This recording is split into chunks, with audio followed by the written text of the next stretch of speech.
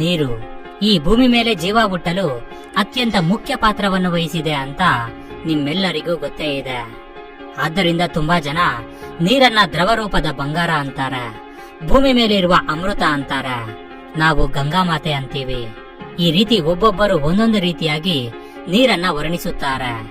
ಇನ್ನೂ ನಮ್ಮ ಪ್ರಪಂಚದಲ್ಲಿ ಒಟ್ಟು 6500 ಭಾಷೆಗಳಿವೆ. ತುಂಬಾ ಜಾಸ್ತಿ ಆಯ್ತಲ್ವಾ? ಈ ರೀತಿ ಒಂದೊಂದು ಭಾಷೆಯಲ್ಲಿ ನೀರನ್ನ ಒಂದೊಂದು ರೀತಿಯಾಗಿ ಕರೀತಾರೆ. ಈ ರೀತಿ ಹೆಸರುಗಳು ಬೇರೆಯಾದರೂ ಅದರ ರೂಪ ಒಂದೇ, ಅದರ ಉಪಯೋಗ ಒಂದೇ, ಅದರ ಶಕ್ತಿನೂ ಒಂದೇ. ಇಂತಹ ನೀರಿಗೆ ಸಂಬಂಧಪಟ್ಟಂತ ಕೆಲವು ಆಸಕ್ತಿಕರ ವಿಷಯಗಳನ್ನ ಈಗ ನಾವು ತಿಳಿದುಕೊಳ್ಳೋಣ. ಅದೇ ರೀತಿ ಅಂತರ್ಜಲಕ್ಕೆ ನೀರು ಹೇಗೆ ಹೋಗುತ್ತೆ, ಒಂದು ವೇಳೆ ಆ ನೀರು ಕಲುಷಿತವಾದರೆ ಏನಾಗುತ್ತೆ ಅನ್ನೋದರ ಬಗ್ಗೆ ಈಗ ನಾವು ತಿಳಿದುಕೊಳ್ಳೋಣ. ನೀರಿನ chemical formula H2O. 2 hydrogen 1 oxygen ಅಂಶಗಳನ್ನ ನೀರು ಒಳಗೊಂಡಿದೆ. ಆದ್ರೆ ಈಗ ನಮ್ಮ ಭೂಮಿ ಮೇಲೆ ಇರುವ ನೀರಿನಲ್ಲಿ ಪಿರಿಯಾಡಿಕ್ ಟೇಬಲ್ ನಲ್ಲಿರುವ ಎಲ್ಲಾ ಅಂಶಗಳು ಸೇರಿವೆ. ಹೌದು, ಈಗ ನಮ್ಮ ಪ್ರಪಂಚ ತುಂಬಾ ಅಭಿವೃದ್ಧಿಯಾಗಿದೆ. ತುಂಬಾ ಕಾರ್ಖಾನೆಗಳು, ಕಂಪನಿಗಳು ಬಂದಿವೆ, ಹಾಸ್ಪಿಟಲ್ಗಳು ಇವೆ. ಈ ರೀತಿ ತುಂಬಾ ಕಂಪನಿಗಳಿಂದ ಹೊರಬರುವ ವೇಸ್ಟ್ ನೀರು ನದಿಗಳಿಗೆ ಸೇರಿ ಸಮುದ್ರಗಳನ್ನ ಸೇರ್ತಿದೆ. ಈ ರೀತಿ ಕಾರ್ಖಾನೆಗಳಿಂದ ಹೊರಬರುವ ಕಲುಷಿತ ನೀರು ಸಮುದ್ರವನ್ನ ಸೇರೋದ್ರಿಂದ ಅದರಲ್ಲಿ ಪಿರಿಯಾಡಿಕ್ ಟೇಬಲ್ ನಲ್ಲಿರುವ ಎಲ್ಲಾ ಅಂಶಗಳು ಸೇರಿರುತ್ತೆ. ಕಾರ್ಖಾನೆಗಳ ಬಗ್ಗೆ ನಿಮ್ಮೆಲ್ಲರಿಗೂ ಗೊತ್ತೇ ಇರುತ್ತೆ. ಅಲ್ಲಿ ಎಲ್ಲಾ ರೀತಿಯಾದಂತಹ ಮೆಟಲ್ಸ್ ಅನ್ನ ಬಳಸ್ತಿರ್ತಾರೆ. ಅದರ ವೇಸ್ಟ್ ನೀರನ್ನ ಸಮುದ್ರಕ್ಕೆ ಬಿಟ್ರೆ ಖಂಡಿತ ಆ ಸಮುದ್ರದ ನೀರಿನಲ್ಲಿ ಪಿರಿಯಾಡಿಕ್ ಟೇಬಲ್ ನಲ್ಲಿರುವ ಎಲ್ಲಾ ಅಂಶಗಳು ಸೇರಿರುತ್ತೆ. ನಮ್ಮ ಭೂಮಿ ಮೇಲೆ 71% ಭೂಭಾಗವನ್ನ ನೀರು ಆಕ್ರಮಿಸಿದೆ. ಈ ರೀತಿ ಭೂಮಿ ಮೇಲೆ ಇರುವ ಒಟ್ಟು ನೀರಿನಲ್ಲಿ 97% ನೀರು ಸಮುದ್ರದಲ್ಲಿ ಇದೆ. ಅಂದ್ರೆ 97% ನೀರು ಉಪ್ಪು ನೀರಾಗಿದೆ. ಇನ್ನು 3% ನೀರು ಸಿಹಿ ನೀರಾಗಿದೆ. ಆ ಸಿಹಿ ನೀರಿನಲ್ಲಿ 2.5% ನೀರು ನಮ್ಗೆ ಸಿಗದೇ ಇರುವ ಪ್ರದೇಶದಲ್ಲಿ ಇದೆ. ಅಂದ್ರೆ ಮಂಜುಗಡ್ಡೆಗಳ ರೂಪದಲ್ಲಿ, ವಾತಾವರಣದಲ್ಲಿ, ಮಣ್ಣಿನಲ್ಲಿ, ಭೂಗರ್ಭದಲ್ಲಿ ಮತ್ತು ಕಲುಷಿತವಾದ ನೀರು. ಅದೇ ರೀತಿ ಪ್ರಾಣಿಗಳ ದೇಹದಲ್ಲಿ, ಮರಗಿಡಗಳ ಒಳಗೆ ಈ ನೀರು ಇದೆ. ಇನ್ನು ನಮ್ಮ ಕೈಗೆ ಸಿಗುವ ನೀರು ಕೇವಲ 0.05% ಮಾತ್ರ. ಇದರಿಂದ ನಮ್ಮ ಭೂಮಿ ಮೇಲೆ ಕುಡಿಯಲು ಯೋಗ್ಯವಾಗಿರುವ ನೀರು ಎಷ್ಟು ಲಿಮಿಟ್ ಆಗಿದೆ ಅಂತ ಅರ್ಥವಾಗುತ್ತೆ. ಭೂಮಿ ಸೃಷ್ಟಿಯಾದಾಗ ಎಷ್ಟು ನೀರಿತ್ತೋ ಈಗಲೂ ಅಷ್ಟೇ ನೀರಿದೆ. ಅಂದ್ರೆ ನೀರನ್ನು ನಾವು ನಾಶ ಮಾಡಲು ಸಾಧ್ಯವಿಲ್ಲ, ಕೇವಲ ಕಲುಷಿತ ಮಾಡಬಹುದು ಅಷ್ಟೇ. ಡೈನೋಸರ್ಗಳು ಕುಡಿದು ಬಿಟ್ಟ ನೀರನ್ನ ನಾವು ಈಗ ಕುಡಿತಿದ್ದೀವಿ. ಆದ್ರೆ ಡೈನೋಸರ್ಗಳ ಕಾಲದಿಂದ ಇದುವರೆಗೂ ಯಾವ ಪ್ರಾಣಿ ಮಾಡದಷ್ಟು ಕಲುಷಿತವನ್ನ ನಾವು ಮಾಡ್ತಿದ್ದೀವಿ. ಇದರ ಅರ್ಥ ಮಾನವನು ಡೈನೋಸರ್ಗಳಿಗಿಂತ ಡೇಂಜರ್ ಅಂತ. ಒಬ್ಬ ಮನುಷ್ಯ ಊಟ ಮಾಡ್ಲಿಲ್ಲ ಅಂದ್ರೂ 1 ತಿಂಗಳು ಬದುಕುತ್ತಾನೆ. ಆದ್ರೆ ನೀರಿಲ್ಲ ಅಂದ್ರೆ 1 ವಾರ ಬದುಕಲು ಸಾಧ್ಯವಿಲ್ಲ. ಒಬ್ಬ ಮನುಷ್ಯನ ದೇಹದಲ್ಲಿ ಒಟ್ಟು 60% ನೀರಿರುತ್ತೆ. ಈ ರೀತಿ ಬ್ರೈನ್ ನಲ್ಲಿ 73%, ಲಂಗ್ಸ್ ನಲ್ಲಿ 83%, ಸ್ಕಿನ್ ನಲ್ಲಿ 64%, ಮಸಲ್ಸ್ ಮತ್ತು ಕಿಡ್ನಿಯಲ್ಲಿ 79%, ಮೂಳೆಗಳಲ್ಲಿ 31%. ಈ ರೀತಿ ಮನುಷ್ಯನ ದೇಹದಲ್ಲಿ ಬರೀ ನೀರೇ ಇರುತ್ತೆ. ಈಗ ನಿಮ್ಗೆ ಅರ್ಥವಾಗಿರುತ್ತೆ ನಮ್ಗೆ ನೀರು ಎಷ್ಟು ಮುಖ್ಯ ಅಂತ. ಈಗ ನಾವು ನೀರಿನ ಬಗ್ಗೆ ಯೋಚನೆ ಮಾಡದೆ ಸಂತೋಷವಾಗಿ ಬಳಸ್ತಿದ್ದೀವಿ ಅಂದ್ರೆ ಅದಕ್ಕೆ ಮುಖ್ಯ ಕಾರಣ ಅಂತರ್ಜಲ. ಹೌದು, ಅಂತರ್ಜಲವೇ ನಮ್ಮನ್ನು ಕಾಪಾಡ್ತಿದೆ, ಬರಗಾಲ ಬರದಂತೆ ನೋಡಿಕೊಳ್ಳುತ್ತಿದೆ. ಅದು ಹೇಗೆ ಅನ್ನೋದನ್ನ ಈಗ ನಾವು ನೋಡೋಣ. ನಮ್ಮೆಲ್ಲರಿಗೂ ವಾಟರ್ ಸೈಕಲ್ ಬಗ್ಗೆ ಗೊತ್ತೇ ಇದೆ. ಅಂದ್ರೆ ಸಮುದ್ರಗಳಿಂದ ಆವಿಯಾದ ನೀರು ಮೋಡಗಳಾಗಿ ಬದಲಾಗಿ ಮತ್ತೆ ಅದು ಮಳೆ ರೂಪದಲ್ಲಿ ಬೀಳುತ್ತೆ. ಆ ನೀರು ಕೆರೆ ಮತ್ತು ನದಿಗಳನ್ನ ಸೇರಿ ಮತ್ತೆ ಆ ನೀರು ಸಮುದ್ರವನ್ನ ಸೇರುತ್ತೆ. ಈ ಕ್ರಮದಲ್ಲಿ ಸ್ವಲ್ಪ ನೀರನ್ನ ಮರಗಳು ಸೆಳೆಯುತ್ತೆ. ಇನ್ನು ಸ್ವಲ್ಪ ನೀರು ಆವಿಯಾಗಿ ವಾತಾವರಣವನ್ನ ಸೇರುತ್ತೆ. ಇನ್ನು ಉಳಿದ ನೀರು ಭೂಮಿ ಕೆಳಗೆ ಹೋಗುತ್ತೆ. ಇದನ್ನೇ ನಾವು ಗ್ರೌಂಡ್ ವಾಟರ್, ಅಂತರ್ಜಲ ಅಂತ ಕರೀತೀವಿ. ಈ ನೀರು ಭೂಮಿ ಮೇಲ್ಭಾಗದಿಂದ ಚಿಕ್ಕ ಚಿಕ್ಕ ರಂಧ್ರಗಳಿಂದ ಕೆಲವು ಅಡಿ ಕೆಳಗೆ ಹೋಗಿ ಆಕ್ವಿಫೈರ್ ಒಳಗೆ ಸೇರುತ್ತೆ.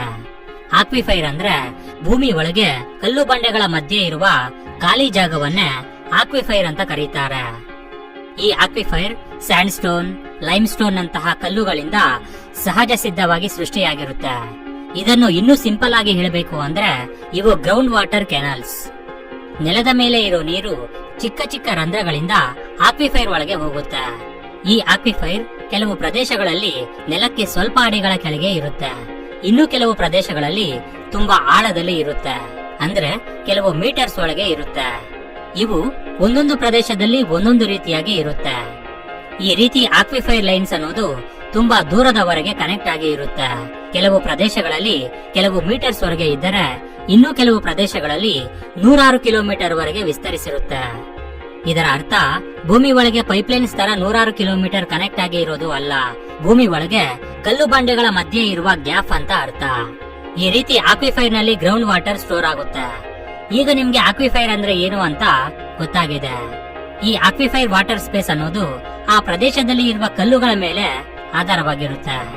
ಉದಾಹರಣೆಗೆ ಕ್ರೇವ್ ಸೀಡ್ ಕಲ್ಲುಗಳಲ್ಲಿ ವಾಟರ್ ಸ್ಪೇಸ್ ಪೈಪ್ಲೈನ್ ರೀತಿ ಇರುತ್ತೆ. ಗ್ರೇವ್ ರಾಕ್ಸ್ ನಲ್ಲಿ ಚಿತ್ರ ವಿಚಿತ್ರವಾಗಿ ಸ್ಟೋರ್ ಆಗಿರುತ್ತೆ. ಆಕ್ವಿಫೈರ್ ಒಳಗೆ ನೀರು ಸೇರಿದ ನಂತರ ಅಲ್ಲಿ ಯಾವ ಸ್ಪೇಸ್ ಆಳವಾಗಿ ಇರುತ್ತೋ, ಭೂಮಿಯ ಗುರುತ್ವಾಕರ್ಷಣ ಶಕ್ತಿಯ ಕಾರಣದಿಂದ ಮೊದಲು ನೀರು ಅಲ್ಲಿಗೆ ಸೇರಿಕೊಳ್ಳುತ್ತೆ. ನೆಲಕ್ಕೆ ಹತ್ತಿರದಲ್ಲಿ ಇರುವ ಆಕ್ವಿಫೈರ್ ಅನ್ನು ಅಸ್ಥಿರವಾದ ಆಕ್ವಿಫೈರ್ ಅಂತ ಕರೀತಾರೆ. ಅದೇ ರೀತಿ ನೆಲಕ್ಕೆ ತುಂಬಾ ಆಳದಲ್ಲಿ ಇರುವ ಆಕ್ವಿಫೈರ್ ಅನ್ನು ಸ್ಥಿರವಾದ ಆಕ್ವಿಫೈರ್ ಅಂತ ಕರೀತಾರೆ. ಈ ರೀತಿ ಹೇಗೆ ಕರೀತಾರೆ ಅಂದ್ರೆ, ಅಸ್ಥಿರವಾದ ಆಕ್ವಿಫೈರ್ ಅನ್ನು ಹೆಚ್ಚಾಗಿ ಡ್ರಿಲ್ ಮಾಡಿ ತೆಗೆಯುವುದು, ಅದೇ ರೀತಿ ಆ ನೀರು ನದಿಗಳಲ್ಲಿ ಸೇರುವುದು, ಮರಗಿಡಗಳು ಸೆಳೆಯುವುದು, ಅದೇ ರೀತಿ ವಾತಾವರಣದಲ್ಲಿ ಬರುವ ಬದಲಾವಣೆಗಳಿಂದ ಅವು ಬೇಗ ಡ್ರೈ ಆಗಿ ಹೋಗುತ್ತೆ. ಈ ರೀತಿ ಇವುಗಳಲ್ಲಿ ಕೇವಲ ಕೆಲವು ತಿಂಗಳುಗಳವರೆಗೆ ಮಾತ್ರ ನೀರು ಶೇಖರಣೆಯಾಗಿ ಇರುತ್ತೆ. ಸ್ಥಿರವಾದ ಆಕ್ವಿಫೈರ್ ತುಂಬಾ ಆಳದಲ್ಲಿ ಇರುತ್ತೆ. ಇವುಗಳಲ್ಲಿ ವರ್ಷಗಳಿಂದ ಹಿಡಿದು 100 ವರ್ಷಗಳವರೆಗೆ ನೀರು ಶೇಖರಣೆಯಾಗಿರುತ್ತೆ.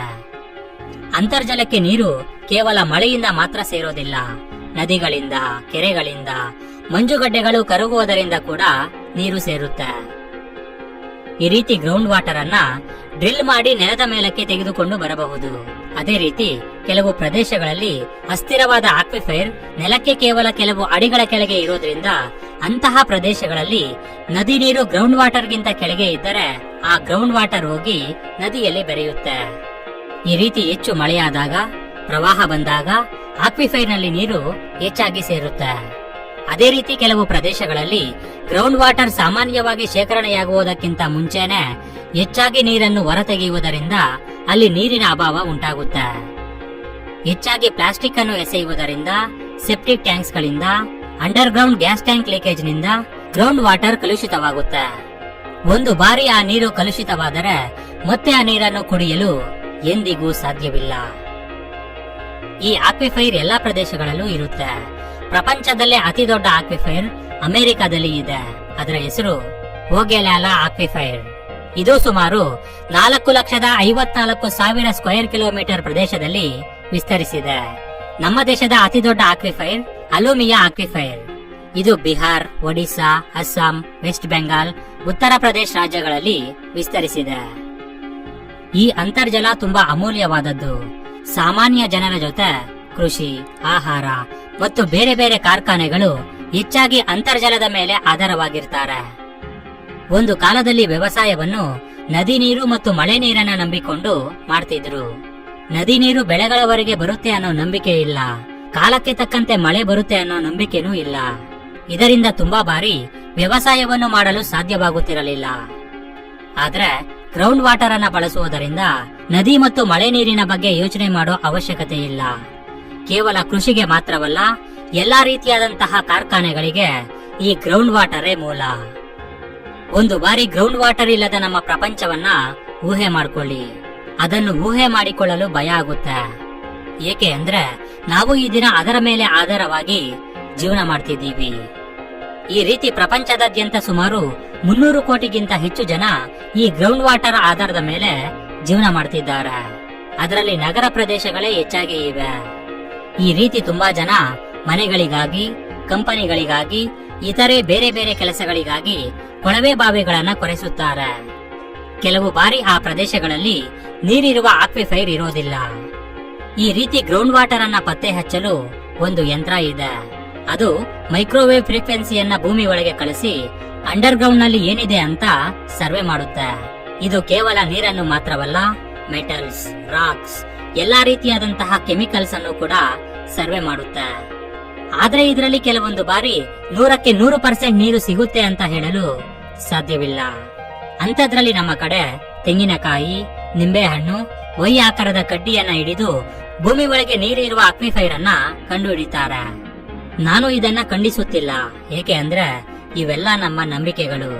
ನಮ್ಮಲ್ಲಿ ತುಂಬಾ ಜನ ಅದೃಷ್ಟ ಇದ್ರೆ ಸಿಗುತ್ತೆ, ಇಲ್ಲ ಅಂದ್ರೆ ಇಲ್ಲ ಅಂತ ಅಂದುಕೊಳ್ತಾರೆ.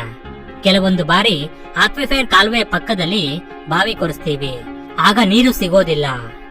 ಇದನ್ನು ಅದೃಷ್ಟ ಅಥವಾ ದುರಾದೃಷ್ಟ ಅಂತ ಹೇಳಲು ಸಾಧ್ಯವಿಲ್ಲ, ಏಕೆ ಅಂದ್ರೆ ಪ್ರಕೃತಿ ನಮಗಾಗಿ ಹುಟ್ಟಿಲ್ಲ, ಅದರಲ್ಲೇ ನಾವು ಹುಟ್ಟಿದ್ದೀವಿ.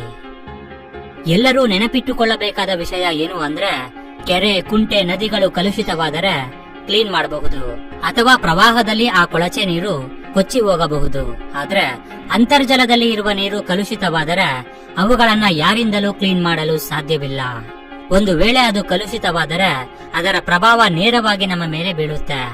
ಅಂತಹ ನೀರಿನ ಸೇವನೆಯಿಂದ ಕರೋನಾಗಿಂತ ಭಯಂಕರವಾದ ಕಾಯಿಲೆಗಳು ಬರಬಹುದು. ಅಷ್ಟೇ ಅಲ್ಲ, ಕುಡಿಯಲು ನೀರು ಇಲ್ಲ ಅಂದ್ರೆ ನಾವ್ಯಾರು ಜೀವಂತವಾಗಿ ಇರಲು ಸಾಧ್ಯವೂ ಇಲ್ಲ. ಆದ್ದರಿಂದ ಆದಷ್ಟು ನೀರಿನ ಬಗ್ಗೆ ಕೇರ್ ತಗೊಳ್ಳಿ, ಕಸವನ್ನು ನೀರಿಗೆ ಎಸಿಬೇಡಿ.